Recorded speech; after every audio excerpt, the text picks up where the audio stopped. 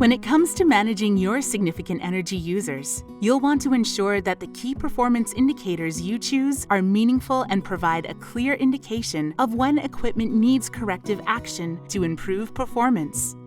There are 3 things to consider when defining your significant energy users' key performance indicators. What is your objective? What influences energy consumption? And what data is available? The first step is to understand your objectives related to that significant energy user. Do you want to manage overall energy consumption per unit of production, or energy consumption per cooling degree day may be appropriate? Do you want to avoid high energy demand at certain times? You may want to monitor kilowatt demand during peak periods or outside operating hours. Do you want to minimize specific areas of energy waste? This could include monitoring leakage rates or specific energy ratings of equipment, such as COP for cooling systems. The next step is to identify factors that influence energy consumption of the significant energy user.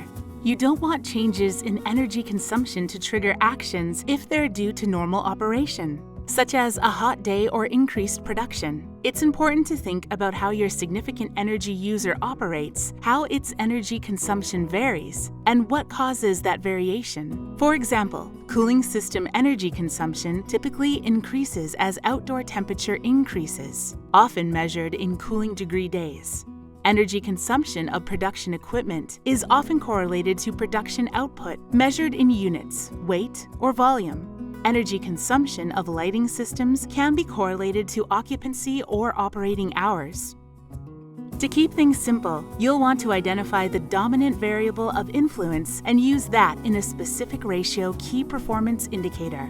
For example, consumption of heating systems in office buildings can vary based on outside temperature, measured in heating degree days, but also based on occupancy, since people generate heat.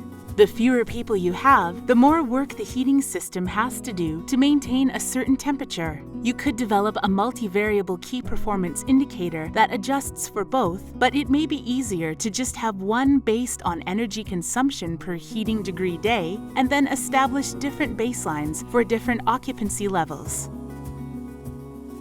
The final consideration in determining effective key performance indicators is what data is available. You need to be able to collect data on all components of your key performance indicators. So, a specific ratio of energy consumption per unit of production would require reliable data on both energy consumption and production for that significant energy user.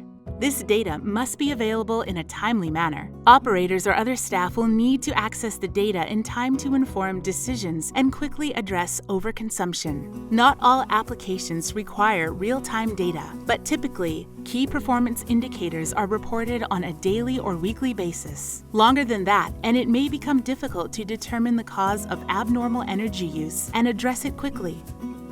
If metering of all the required data is not available, you may need to improve data collection capabilities. There may also be opportunities to use proxy measurements that still help inform the management of significant energy users. For example, monitoring compressed airflow can help manage leaks and unnecessary flow, even when compressor energy consumption is not available. HVAC supply and return temperatures can indicate inefficient operation. Simple light or temperature loggers can be used to verify conditions during unoccupied periods. On-off data loggers can be an affordable way to monitor if motors or other equipment are running more than normal.